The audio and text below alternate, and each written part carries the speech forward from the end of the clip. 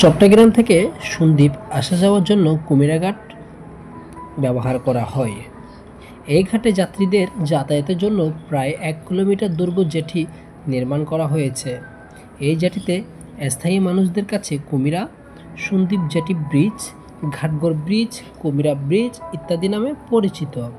কুমিরা ঘাটে কী করতে পারবেন? ঘাটের শেষ মাথায় পৌঁছালে মনে হবে যেন সমুদ্রের ভেতরে আছেন। এখান থেকে বিশাল বিশাল জাহাজ দেখা যায়। আরও দেখতে পাবেন যাত্রীদের আসা যাওয়ার, জেলেদের মাছ ধরার, শেষে ঘাটে ফেরা, শিপ ইন্ডিয়ান্স শ্রমিকদের কর্ম তাৎপর্যপর ইত্যাদি। এছাড়াও চাইলে বড়শি দিয়ে মাছ ধরতে পারবেন। মাছ ধরার বড়শি ভাড়া পেতে বিভিন্ন নাম্বারে যোগাযোগ করতে পারেন অনলাইন থেকে নিয়ে। বোট ভাড়া করে সমুদ্রে আরও মাঝে যেতে পারেন। যখন জাহাজগুলোকে আরও কাছ থেকে দেখা যায়, বোট ভাড়া জনপ্রতি ১৫ থেকে ২০ টাকা। এছাড়াও এই ঘাট থেকে স্পিড বোট দিয়ে সন্দ্বীপ চ্যানেলস পার হয়ে সন্দ্বীপ চলে যেতে পারবেন।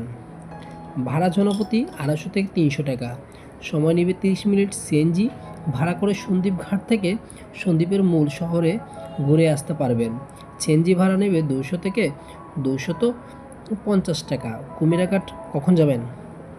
বিকেলে কুমিরা ঘাট যাওয়ার সবথেকে আদর্শ সময়।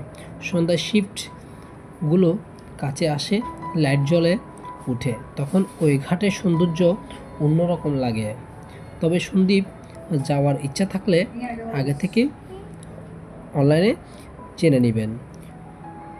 কুমিরা ঘাট বাংলাদেশের চট্টগ্রাম জেলার সীতাকুণ্ড উপজেলার কুমিরা ইউনিয়নে অবস্থিত, তাই এটি সকলের কাছে খুবই পরিচিত। ধন্যবাদ সবাইকে পাশে থাকার জন্য।